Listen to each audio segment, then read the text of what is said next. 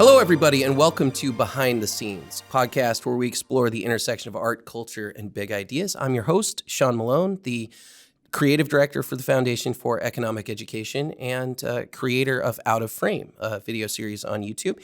Here today in studio, as per usual, with Paul Nelson, FEE's head of social media, senior marketing manager, and of course, Jennifer Mafasanti, who is the director of communications for the Libertas Institute in Utah. How are you guys doing today? Doing good. Some big news for Jen and I. Yeah?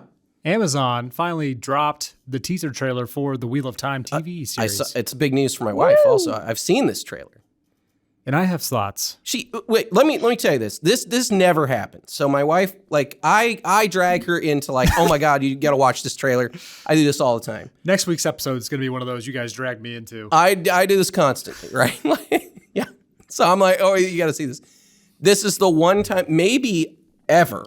I can't remember another time where she's like, I came upstairs from my office and it's I'm getting some food or whatever for lunch. And she's like, ooh, Wheel of Time trailer. You got to sit down and watch this. She literally turned on the living room TV to make me watch the trailer. Yeah. That's never happened in my entire life before. So this is a big deal. First time for everything. Big deal. Yeah. So the trailer came out. For those of you who don't know, this series is based off a 14-book series by the late Robert Jordan and Brandon Sanderson, who we've talked about on the show before, is a fantastic writer. You're reading some of his books. Probably Sanderson, Probably the best writer going right now, fantasy. I am thrilled. And I know Jen just watched, and I haven't had a chance to do it yet, but Brandon Sanderson did a writing series that's on YouTube or something, and I am really excited about checking that out. Oh, yeah. He actually teaches at BYU a creative writing course on science fiction and fantasy. And because he is a gem of a human being, he recorded all of last year's lectures and just put them up on YouTube. Wow. And it is the best thing. It is amazing. I am in awe of this man's craft. We've talked about this a lot. I've been going through the Stormlight Archive series, and that's Brandon Sanderson's books. It's fantastic. I mean, really, really, really well written books. And so, yeah, I would be absolutely thrilled. And yeah, so Sanderson finished the Wheel of Time series because Robert Jordan died, right? That's how that, I don't know what book or where that. It was, Sanderson finished the last 3 books. Oh, it's not even done, right? No, it's done. Oh, it's done. Yeah, it's done. All right. And I'm currently in the last one. I still have 30 hours left, but it's coming. It's been 2 years of the making. Whew. But anyways, to the trailer. So Amazon Prime is doing it. There's been a lot of rumors on how much they're spending on this, but roughly $100 million for this first season. And I think I'm left a little underwhelmed. Yeah. Unfortunately. I think it's mostly down to production choices. I absolutely despise this current trend of overexposed, or not maybe overexposed, but a lot of exposure and a very digital, brightly lit. Right. Yeah. A very digital look. There's no grain. There's no imperfections.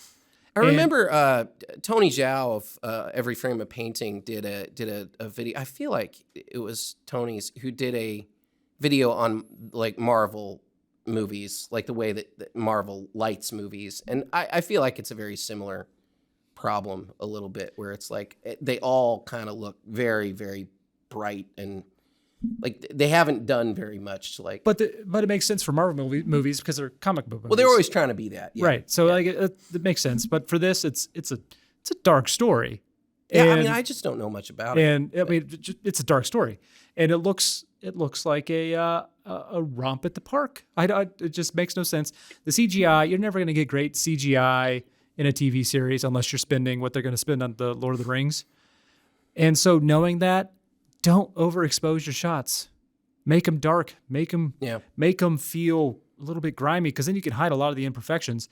And there are a lot of imperfections in the CGI. Well, I wonder too. So this is a teaser, right? Yes. There may still be I time. hope. I might be overreacting, but I hope I am. Yeah. But I was thinking because they were kind of billing this as Game of Thrones level production, right? That was sort of the idea. And Game of Thrones is not overexposed at all. No. Game of Thrones always, man. I was watching it. Speaking of writing, by the way, I was watching a thing. It's actually about the Flash, but it doesn't really matter. It's talking about like having big budgets and having like really like people are very forgiving. I would argue, and this was what was argued on the video that I was watching, was like people are very forgiving about kind of mediocre visuals and mediocre CGI if the story is really, really good. And so a really good example of this that they ended up using was Game of Thrones final season, because that looked amazing. It was probably the best CGI that Game of Thrones had ever done. You know, really set the benchmark for what you could do on the kind of budgets that they were doing on TV. And they were really large budgets. And yet the writing was horrible. Yep. And so you ended up with a terrible final season, regardless of how good all that stuff looked. So, you know, maybe we'll see. I mean, you know, it will be forgivable if you. I'm rewatching the Lord of the Rings movies, and while at the time the CGI was cutting edge, it's not anymore. Yeah. But the story is so good. Yep. It just doesn't. You just kind of forgive it. No, and so much of that movie was done practically that like the moments that are CGI, like they do stand out a lot. Like anything with Legolas riding an elephant or whatever, like that kind We'll of get to stuff. Legolas later. Right? That stuff really stands out to me, but like, I don't know, all the rest of it, you know. It's pretty impressive. But I want to get Jin's thoughts, because Jin, were you the one that turned me on to the Wheel of Time? I think you were. Maybe. No, I don't think I was. But like when you told me that you were reading it, I was over the moon because I'd read the series and I was going back. I reread it last year during lockdown, all that good stuff. So this is an old classic story for me. So yeah, it's I don't disagree about the lighting and some of the just visual tone choices. I get some very CW vibes from it, you know? Yeah. Them's fighting words. We're only at the beginning of September here. This show does not drop until mid-November. Yep. You know they're still working on it. This is not in the can yet. So we'll see. We'll see. I mean, I'm going to watch it regardless, but we'll see. I would think, I mean, maybe I'm being way too charitable here, but it really does feel like, I mean, we've seen so many trailers over the years where it's been, you know, it's been like the first passable draft of CGI and it gets better. You know, I mean, it takes a lot of work to get that stuff good. They could totally pull a Sonic the Hedgehog here. Like, well, and they could, it's possible. I mean, at least they're not, you know, you're talking about recoloring things. You're talking about like, you know, doing a couple more passes on textures and on luminance and lighting and stuff on the CG monsters and stuff like that. But with today's technology, you don't have to. You shouldn't have to reshoot anything. I'm assuming they've shot it all with digital cameras and all that stuff. So it's definitely possible. But it just gives me that vibe of hashtag content and CW vibes, like Jen said. I hope I'm wrong, because I don't, you know, series is. Jen and I were big fans of Carnival Row, which is on Amazon as well. I was always pretty impressed with the effects on Carnival Row and the lighting. I didn't really watch the show, but I watched enough of it to know it wasn't my cup of tea for the short we did. Right. But what they did differently is they knew they had a budget and they didn't overexpose the heck out of it. No. And you can hide a lot of imperfections and just make it feel more grounded. No, and to your point too, like a lot of the environment was that kind of grimy, late 19th century London kind of vibe. Right. You know, so there was a lot of that, like everything is a little dirty, everything is a little smoky, sooty, you know. Yeah. So I hope they do this right, because this book series deserves it. You guys know I don't praise books very often, but this is just it's a fantastic series. It's a long one and it's a lot. Yeah. But if I can do it, you can do it.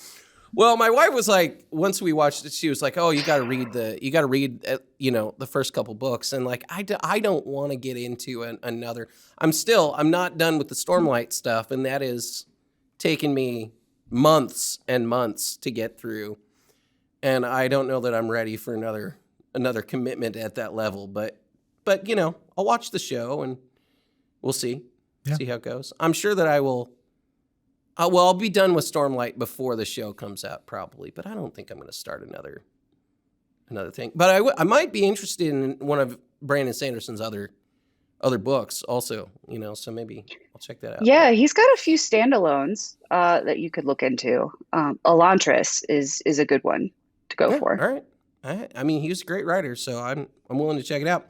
But let's speaking of checking stuff out, we are coming hot off of opening night for Marvel's Shang-Chi and the Legend of the Ten Rings. I was just going to say Shang-Chi and the Ten Rings, but it's Legend of the Ten Rings. And it's just opened for us anyway. You're going to hear this about a week later or whatever. But like this is the morning after opening night for this movie, and it was. I had a great time. I was very pleasantly surprised by this movie in a lot of ways. But I'm really looking forward to digging into that on the meat of today's episode. So let's start here a little bit. Let's just start with like basically first initial impressions. Like, what were your expectations going in? How did it live up to, or meet or exceed your expectations, Paul? Expectations going in, what's lower than a basement level? Marvel and Disney this year we've talked about pretty much every piece of content they put out on this podcast. Content.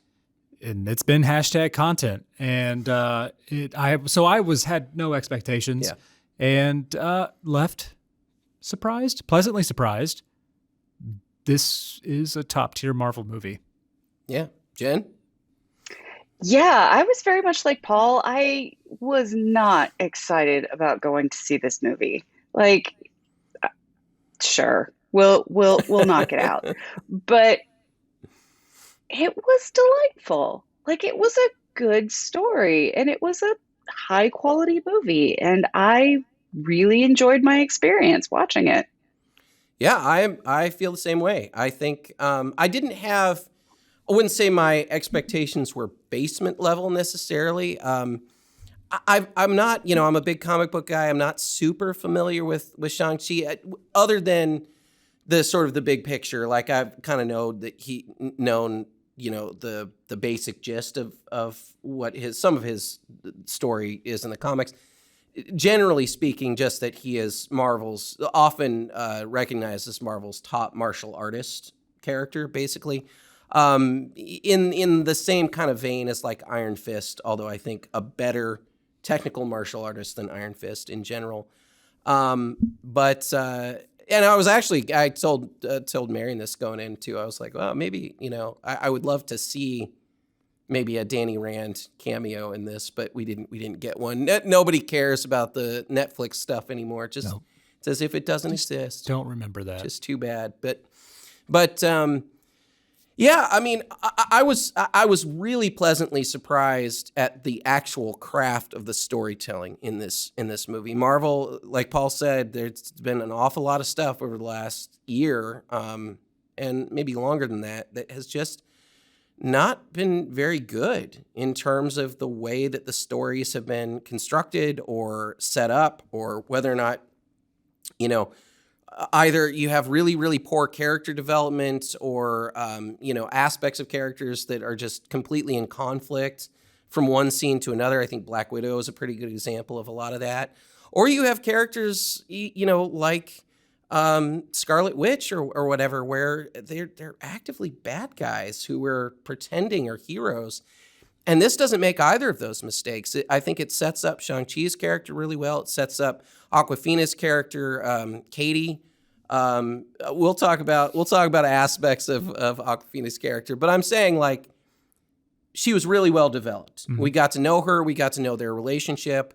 We also got to know Shang-Chi's families, and we'll talk about all of that in a minute. We're going to have to spoil some stuff in this conversation. Like there are some things in this that I don't think there's any way to sort of get around in terms of spoilers. But I think it does a really good job of building characters and building motivations, and not just for Shang-Chi, but also for the villain of the story, who's his father, and made him a really relatable villain. I mean, in certain ways, obviously he's a 1,000-year-old warlord, so it's not exactly relatable, but what his actual motivation is for the crux of the main plot of the story is pretty understandable, and it's not a bad motivation. It's not just he's an evil guy doing pure evil things. Right. And I think that's something that Marvel has struggled with a lot. And they struggled with that long before this last year. I mean, there's a lot of villains in the MCU lineup that were just not very good. I mean, you've got guys like Yellow Jacket in Ant-Man or whatever, which you probably don't even remember at this point, who just... Can I tell you... Just a bad guy for no reason. Can I admit something? Yeah. I've never seen Ant-Man. Well, there you or go. Ant-Man 2. Oh. Ant-Man 1's pretty funny, actually. It's probably worth watching. I think it's worth watching. I just don't care. It's a fun heist movie. He's got a suit that makes him small and big. All right, cool. I think I know where it's going. But it's also Paul Rudd. I know. That's the only reason why I'm even remotely interested. Oh, there's a lot good about that. But look, you know what I'm saying, though. There's an awful lot of MCU villains that are completely forgettable. And part of why they're forgettable is because their motivation is, I'm a bad guy. Right. It gets real old real quick. I mean, you got that in Iron Man 2. I mean, it's probably the biggest problem with Iron Man 2, to be honest, because I think there's a lot of Iron Man 2 that's really not that bad. But Iron Man 2 is a lot of times really widely regarded as one of the lower tier Marvel movies. I would argue because there's no villain that you actually care about in that movie. There's no stakes, really. It's just a guy who has a beef. It's fine. Yeah. Two guys who have a beef, really. You got Ivan Vanko and Justin Hammer. But still, either way, like, you don't have a very, very good villain. I mean, when you think of some of the top tier Marvel movies, I think you probably think of things, or at least top tier villains, right? Sure, Thanos is going to come up, and you're going to think about that. But you're going to think about guys like Killmonger. You're going to think about guys, for me, like Baron Zemo. Guys who, like, you can actually relate to and understand why they are doing what they're doing. And then their actions actually are aligned with their goals. Their actions are not just wildly all over the place because, hey, I'm a bad guy, And I felt that way with this movie, and I think it makes all the difference in this movie. Taking time to, like, actually develop those characters made a huge difference to this story for me. But what are some more of your guys' thoughts? I'd love to hear more. Do we want to get into spoilers now? I guess. I mean, if we don't feel like we can cover anything without it, maybe let's just set up the basic bones of the story first. So essentially, like, Shang-Chi living in San Francisco under the alias Sean. There's a great moment with Awkwafina on his very lazy name change, but he's basically. He's a valet at a hotel. He is not living his best life, let's say. Well, he kind of is in a sense, because they're just hanging out and having a good time, but he is not doing anything of any particular importance. And he gets a letter or postcard from what he believes to be his sister, who we learn, we kind of learn this at the beginning of the movie anyway, but he is the son of the head of the 10 Rings terrorist organization, who trained him from the time he was a small child to be an assassin and a martial artist. And all this stuff gets revealed fairly quickly in the movie, which I think is good. I don't think delaying on that too much makes a whole lot of sense. They go to Macau to try to find his sister. And then it turns out that his sister actually wasn't the one. I'm going to spoil a little bit of this, but wasn't the one who sent him the postcard, but in fact was his dad, who wants both Shang-Chi and his sister to help him basically break into a mystical city that their mother is actually from, and in order to theoretically rescue the mother, which is a pretty good setup. Yeah. Right off the bat. Family drama. Family drama. We can all relate. So, yeah, I mean, there's some great action bits in this. I would say Simu Liu, who, by the way, if you haven't watched Kim's Convenience, absolutely do, because Kim's Convenience is hilarious, and he is great in that.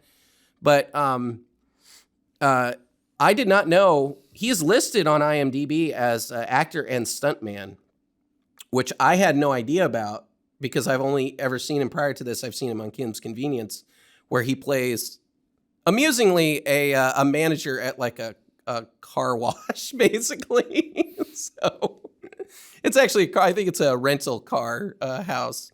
And so basically he spends his time washing cars. It's kind of funny character parallel, but similarly not living his best life on Kim's Convenience and disappointing his parents. But he's real funny, and I did not expect him to be nearly as good at the martial arts stuff as he is, and it's very, very good in this. Mm-hmm. So yeah, I mean, I have a lot of really good things to say about this cross board, but yeah, I think we could probably get into spoilers. Yeah. So I think the best thing this movie did outside is, set up the tension between the family and the father and the daughter and the son. But Marvel has a tendency to have action scenes that just are hard to really comprehend and make sense. Yeah. Because there's just so many fast cuts, close-ups. Black Widow is really bad at this. It's full of those, yeah. And that's like Marvel action. And this is the complete opposite. It's wide, full body shots, one shot, moving with the entire action. So you see the entire body movements of these very talented martial artists. Yeah. And it's impressive. And it really actually, you have a story about mystical dragons and beings, but it feels more grounded than Black Widow. Yeah. Because of this. And even though they're fighting on the side of a skyscraper in Macau, it feels dramatic. Yeah, you know what? That was an interesting one to me, because I won't rank that quite up into the territory of like Tom Cruise on Burj Khalifa, for example. Because Tom Cruise was actually out there on the yeah, Burj and Khalifa. that's why, because like you definitely get the CGI aspect of that. But I'll be honest, I had moments where I was like, "Ee," like I felt a little vertigo in those scenes as well. So like that was handled pretty well. There was in that fight scene, they were fighting on scaffolding on the side of a building, and so they had wooden planks that you could walk on, but they weren't everywhere. And there was one scene where they're pretty wide. You see his whole body, but there's a gap between two wooden planks. And you, as for me anyways, an audience member, you're like, there's a gap there, don't fall out. But they keep the shot going, so he uses the gap to his advantage, and it actually pays off that that it's not just superhero blast. No, well, that's the other thing too, I would say about this. It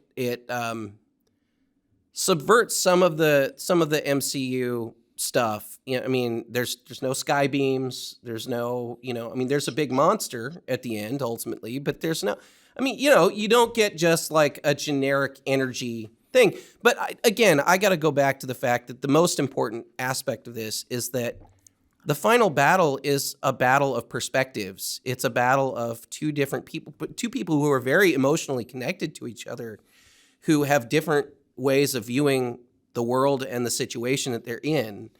And that's the actual final battle. I mean, yes, there's a dragon fighting a big demon. Soul sucker, not Mephisto. Cthulhu monster. I know. You know what? Mephisto. There's a bunch of Marvel characters, man, that I think are going to make an appearance at some point. Oh, definitely. Mephisto is for sure one of those at some point. But anyway, I mean, look, yeah, that all happens. And that's all the big set piece aspect of this. But when you really get down to it, it really comes down to the conversation that Shang-Chi has with his dad. Mm-hmm. That is it. That's the actual conflict. And Marvel has skipped over that part so many times in the past, and they did not hear, and it matters so much to this movie, I think. Jen. Yeah, I totally agree with all of that. I loved that the stakes felt real, that um, that Shang-Chi really, struggled with his feelings about his family and how he was treated by his dad, but like he still loves his dad, but his dad is doing some really bad things right now, and just his the actions of his own past as well. Yeah. And like it's it's really well done, and I especially enjoy the relationship between Shang-Chi and Katie, who's played by Aquafina, who just, as an aside, how is she the best thing in every movie she's in these days? I don't know. She's she It's is. magic. I know Paul But has it. Paul has issues. No, She I doesn't have issues with Aquafina. no, Let's be she fair, is. but We've sang she is great. Aquafina's praises before on this podcast, and we will sing them again today because she's fantastic. Yeah. But it's more about just her character. Yeah, yeah. We'll fair get into enough. that in a little bit, but Fair enough. But I love the relationship between Katie yeah, and Hmm. Shang-Chi. And yeah. they set it up so that there was like the potential for this to be like a friends to lovers kind of romance Mm-hmm. there. And then they didn't take the bait. And I was so proud of Well, them for not I taking the bait. I think they kind of did take the bait, but I think they took the bait in a good way. Like they didn't become doughy eyed, like, oh, we're in love now and we're gonna make out at the end of the movie.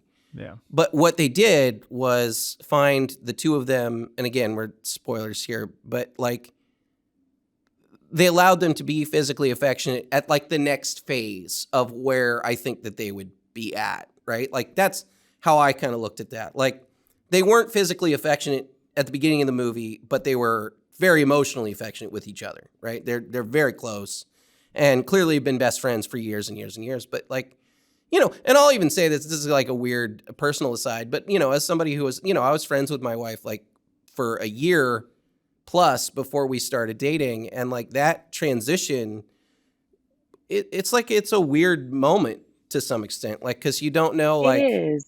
like you're risking like really royally screwing something up that works well by doing that, and then like where do you go with that exactly? But like I think they handled that really well, and it was a very nice Yeah. moment, and not like a Disneyfied romantic, like Disney princess They kind live of happy moment. ever, Yeah, happily, happily ever after kind of moment. Yeah. Yeah. And then And and then they I of course they totally followed it up agree. with more like comedic bits, like the fact that they go and tell their friends like the entire story just like exactly as it happened is fantastic, I think. So stuff like that actually worked really really really well for me. But yeah, Aquafina was great.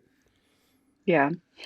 And I'm coming from a similar situation. My husband and I were really good friends for like 7 years before we started dating. So like the Yeah. stakes there, they're important, and you Yep. don't want to screw up that relationship by taking it to a place that it doesn't need to go. So Yeah. it's always a risk when you do that. Mhm. Sometimes it pays off really well though, as you and Some I know. sometimes it does.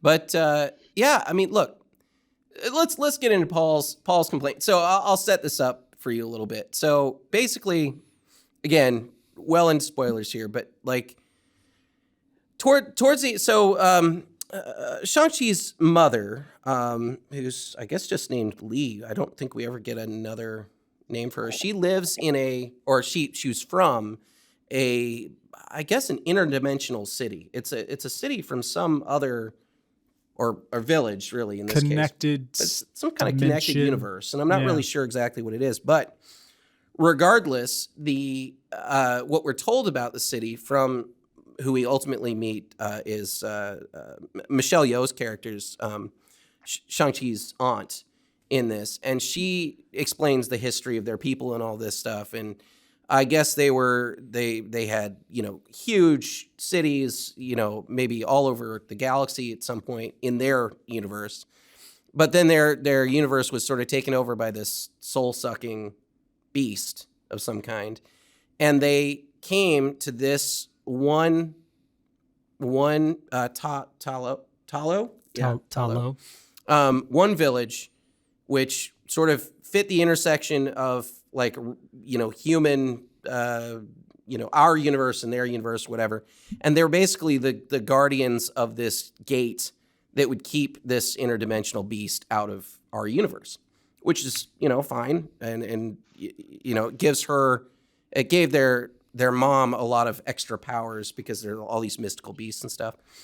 So at the end of the movie, you have Zhu Wenwu, who is their father, trying to basically attack that village and take over, and then release the beast, which he doesn't know, right? Like his belief is that, like I said at the beginning, he is hearing some kind of message from what sounds like his wife. To him, it seems like his wife is imprisoned, and he is going to free her from the prison that he believes her to be in. Turns out it's this soul-sucking monster messing with his head, basically. And that, for me, that was a really great, it's a really great story turn because it gives him a really, really powerful motivation, and one that he can't really overcome. It's a motivation that he is so, he's so hurt by the loss of his wife that, like, this is something that he absolutely has to do at basically any cost. And, of course, the beast gets freed at some point because we have to have that big set piece. But then to set all this up, Shang-Chi is already in the village with Katie and with his sister, and they're in the village a couple days prior to when their father arrives, and they have a little montage of learning some Talo skills that they didn't have before. And I think Paul's beef involves Awkwafina. Right. So she is a regular human. She doesn't have any superpowers that we know of. She was also not, that we know of, trained at from all. Birth. Yes. She's the entire movie. She's kind of like damsel in distress / sidekick / comedic relief. Yeah, she's also not like, she's Awkwafina. She's not like, she's banking on her klutz sort of klutzy persona, and they even make a couple jokes about her using karaoke basically to diffuse situations. To diffuse situations to get herself out of a fight instead of actually fighting. And so that all works. Yeah, she's great. It works. It works. It makes sense. But they get to the village and they know that that Shang-Chi's father's coming, so they're preparing for a fight. They have this like special dragon stuff. Whatever, it doesn't really matter. But they level up. Yeah, they get stuff, and so she doesn't know what she's supposed to do. So she just picks up a bow and starts practicing. Or maybe not. And she does practice shooting bit. A couple times. It's not totally unprepared, but I suppose. As you guys know, and I don't know if you guys have ever shot an actual bow, and I'm sure many times. It's not easy, and you have to have an immense amount of strength to shoot at any kind of distance. For a lot of people, it is not a especially intuitive, especially with the bows that they were using. Yes, it's not like they're using a very mechanical bow. That a lot of stuff. Yeah, that we have today. So I don't know. I don't know that we got to get into it, but like compound bows, like the whole point of a compound bow is that it reduces the pull strength that you need to get that. This ain't that one tension. of those, and this isn't that. And so we have the big dragon fight, soul sucker fight, and Shang-Chi and the dragon is losing, and her mentor with the bow and arrows was like, we have to go shoot him in the throat. It's the only way. The soul sucker guy. Yeah. Not the dragon. The dragon's good. Yeah, the dragon's good. But keep the dragon. And he immediately gets his soul sucked right out of his face. Oof. And so she's the only one that heard this instruction. So she picks up the bow and the arrow, and from about, I don't know, a quarter mile away, upward, she just pulls back, lets loose, right in the throat. And I was like, wait, what? Yeah, it was. Where did that come from? It was like it's like a Bard in Lake Town situation. Like it really is like a perfect shot, 1 in a million kind of shot. But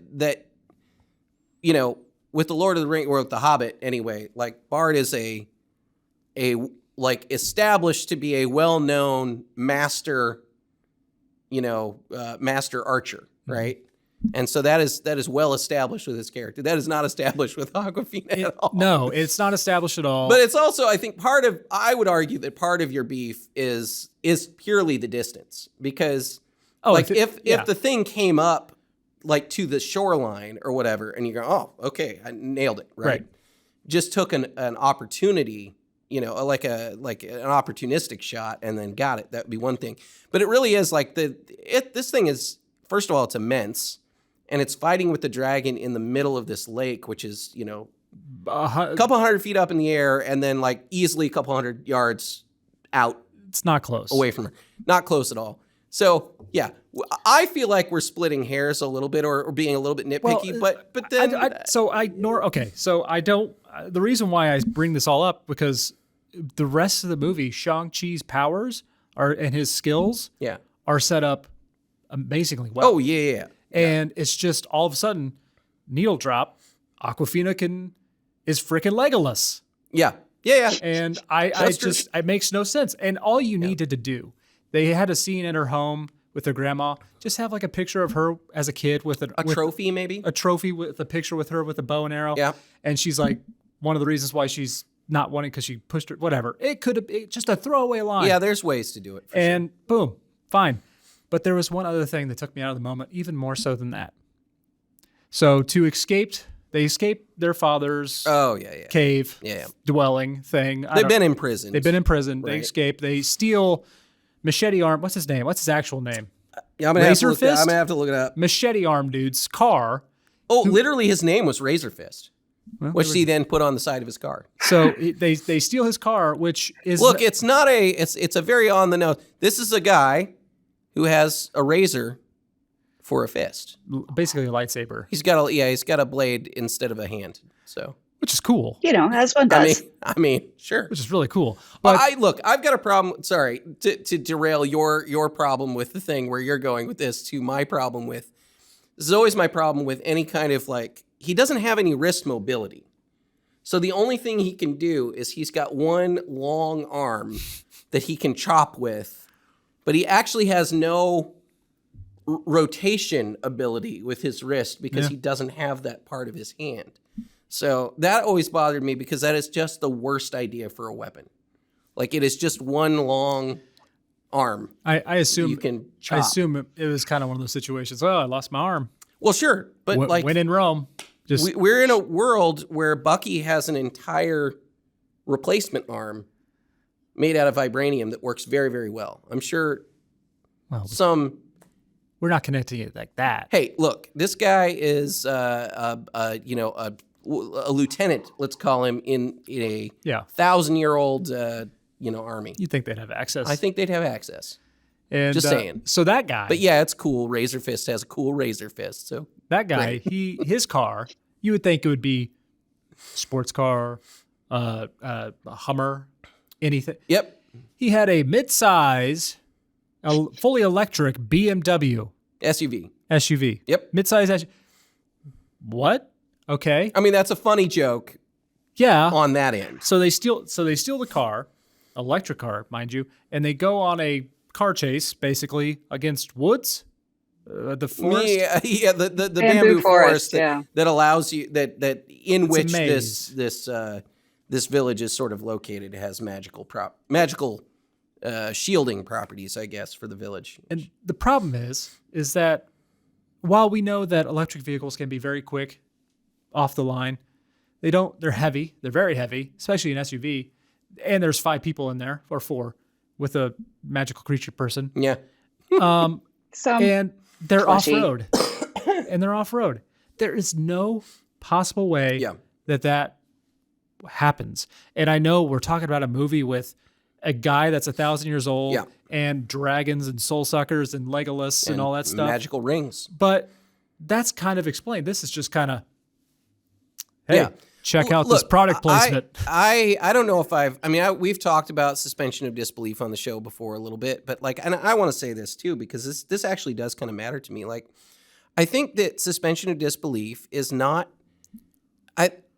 I think people think of it in terms of like what you're talking about. I actually don't think is that much of a quibble, because you'd think that this is being very, very nitpicky. Oh, it's like an electric SUV. Like, first of all, we know that it exists because BMW paid them for product placement. Yep. So like that's why this particular vehicle is in this particular scene, is because in the script it says they get in a car and they get chased and they drive through the forest.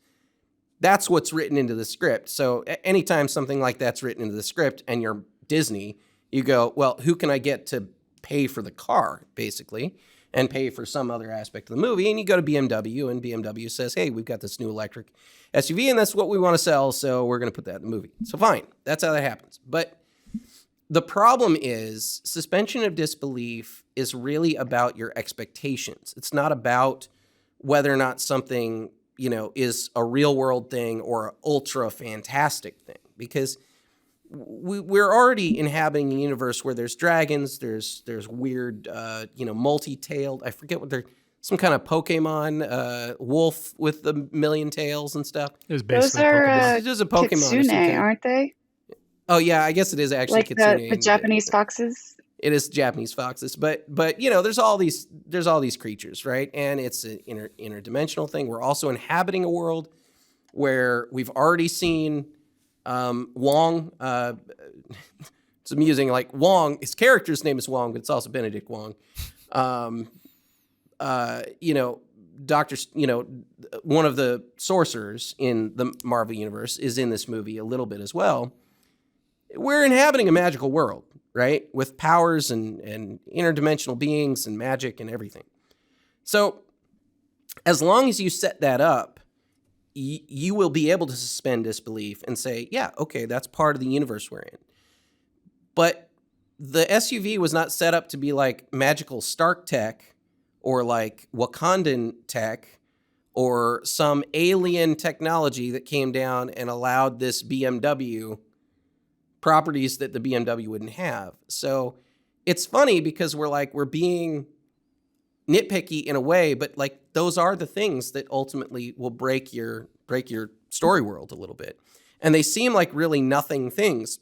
But like if you're writing, you should think about that. Like you should actually think about like whether or not, again, I want to go back to Black Widow, because if you established that Natasha Romanoff had taken some kind of temporary super soldier serum, or she inhaled a gas that gave her special abilities for an hour or whatever, then she could fall off a building and survive.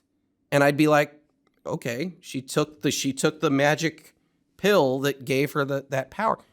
But instead, she's just a human being who fell off a building and, hit like 10 ducks on the way down and then landed on her feet. And I go, what? Makes no sense, right? And then people will go, yeah, but look, we're in a movie where there's a super soldier in Red Guardian. Yeah, but that's Red Guardian. They established that he has superpowers. So if you establish it, it's fine.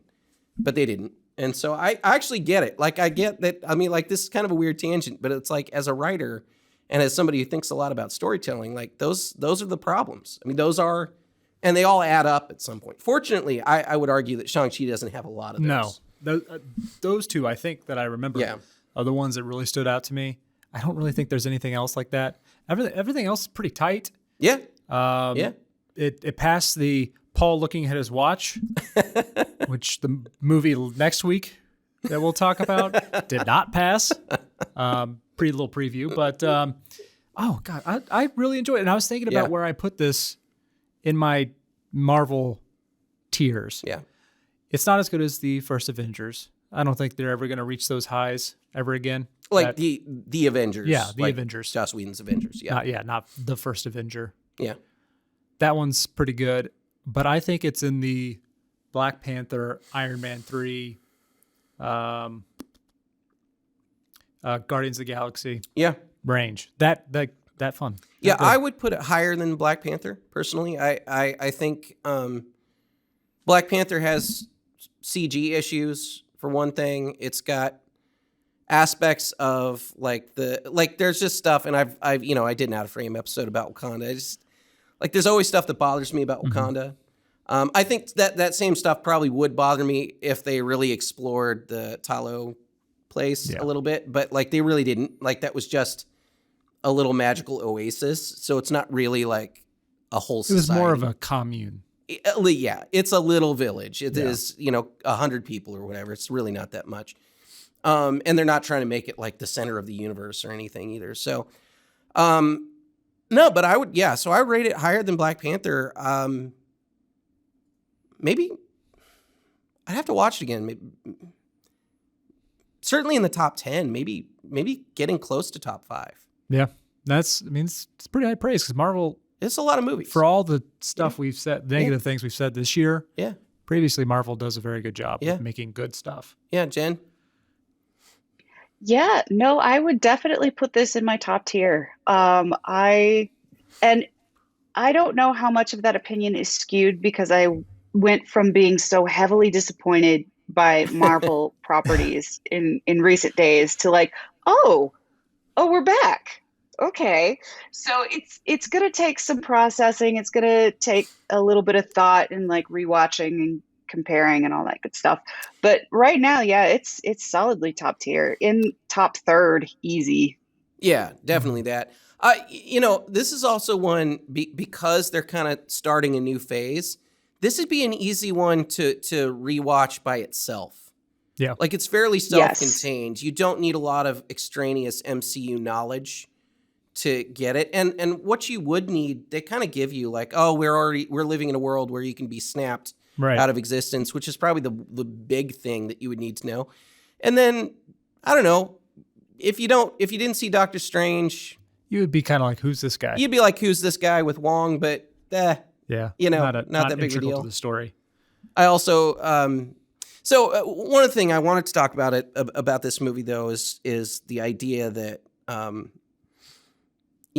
of power corrupting, for one, which is really the story of their father and having the 10 rings. So that it seems to me he was a warlord maybe before that, and then kept seeking out more power. And this is a thing I talked about pretty extensively in one of the most recent Out of Frame episodes on the Suicide Squad, where talk about like governments historically, and we'll call warlords a variant of that. It's kind of a garbage government in a lot of ways, but there are warlord states all over the world, where all they really do is focus on finding new ways to acquire power. And that was pretty much what I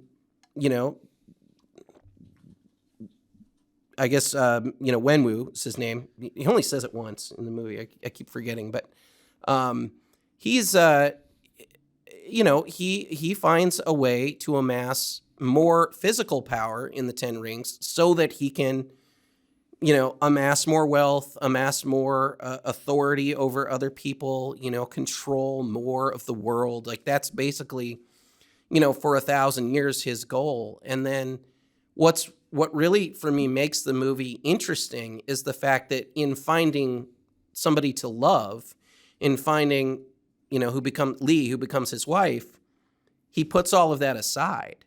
So that's a really interesting facet of this to me. And I think it's something that like, it drives the heart of the story, which actually then drives the end of the story and that conflict at the end. But I don't know. I'm kind of curious about like just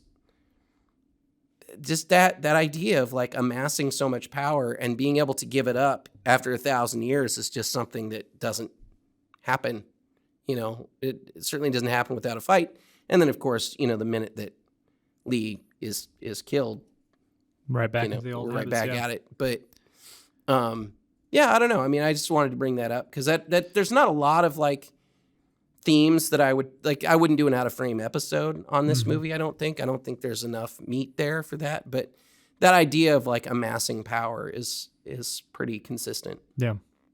No, I totally agree with what you saw in that. And what I found interesting is that he went from being this terrible person to meeting his soon-to-be wife, and then becoming seems to be a pretty good dad. Yeah.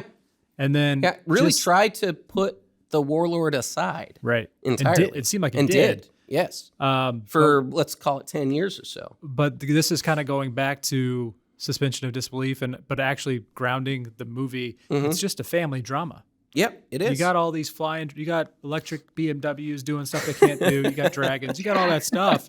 But at the core of it, it's a very true human story that happens a lot, unfortunately. It's with the spouse is dying and the other spouse having to move on and deal with it, and sometimes not in the best ways. Yeah, and that's really the core of the relationship between Wenwu and Shang-Chi and Xiaoling, which is he abandoned them. Yeah. You know, their mother died, his wife died, but instead of banding together and taking care of the kids, and again, it's very well established, he was a warlord for 1,000 years. Yeah. So his mode was, well, the one thing that was civilizing me, the one civilizing element of my life is gone.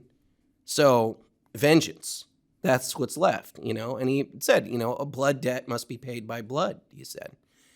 That's a warlord move, you know. I mean, that's the thing. But that's the thing, but then he left his kids alone at that point, or then started turning them into assassins. And it's not like they weren't being trained in martial arts prior to that. Of course they were training before, but not to be, you know, part of the 10 Rings or part of this cult of assassins or whatever. But it works. It really works. So, yeah. All right. Well, final thoughts on Shang-Chi. Jen? This is an excellent movie. It is very entertaining. It is very funny in places. It is a very human story. This feels like Marvel's back, baby. So, yeah, I recommend it. I highly recommend it. Yeah, I totally agree with Jen. Definitely recommend it. And go see it in theaters. Yeah. If you feel comfortable doing that, because I don't think it's on Disney Premium. Not yet. So, you know, go support. Which I'm still amused by because Black Widow they stuff. did that with Shang-Chi, but not with Black Widow. So, but it's worth it. This is worth it. And it is worth it. It's fun. And seeing this on a big screen is just, you're going to want to do that. Yeah. Yeah. Yeah, absolutely. Just echo both of those thoughts. I am not quite ready to declare Marvel back. No. Yet. They still have that What If show going on right now. What If is pretty bad. And so, boy, we could be talking about that as well. But I don't want to make you guys sit through it. I watched a couple of the episodes of that shows. And I appreciate that, Sean. It's very, very frustrating. But no, but Shang-Chi is very, very good. And I'm really I just honestly, like, it's just craft. It's just thinking about writing and thinking about how you're going to build characters and build situations that are character driven and then infuse all of that with wild, ridiculous fantasy and superpowers and everything else. Those don't have to be mutually exclusive ideas. You can tell a great story and it can be a wildly fantastical story at the same time. You just got to do the work. And this is one instance where I think they actually did. So I'm real thrilled with it. So that will wrap up our core episode for today. But if you are a supporter of the show on Patreon or Subscribestar, stick around and we are going to have more content coming up right after the break. If you're not a supporter, please consider giving the show a little bit of love on Patreon or Subscribestar. That's patreon.com/outoframeshow or subscribestar.com/outoframeshow. And if you're not quite ready for that yet, join our email list. You know, check us out on Discord. We are there. I'm trying to be there more and more as well. And of course, subscribe on YouTube and, you know, everywhere else on social media. But thank you so much for listening, for watching, and we'll see you next time.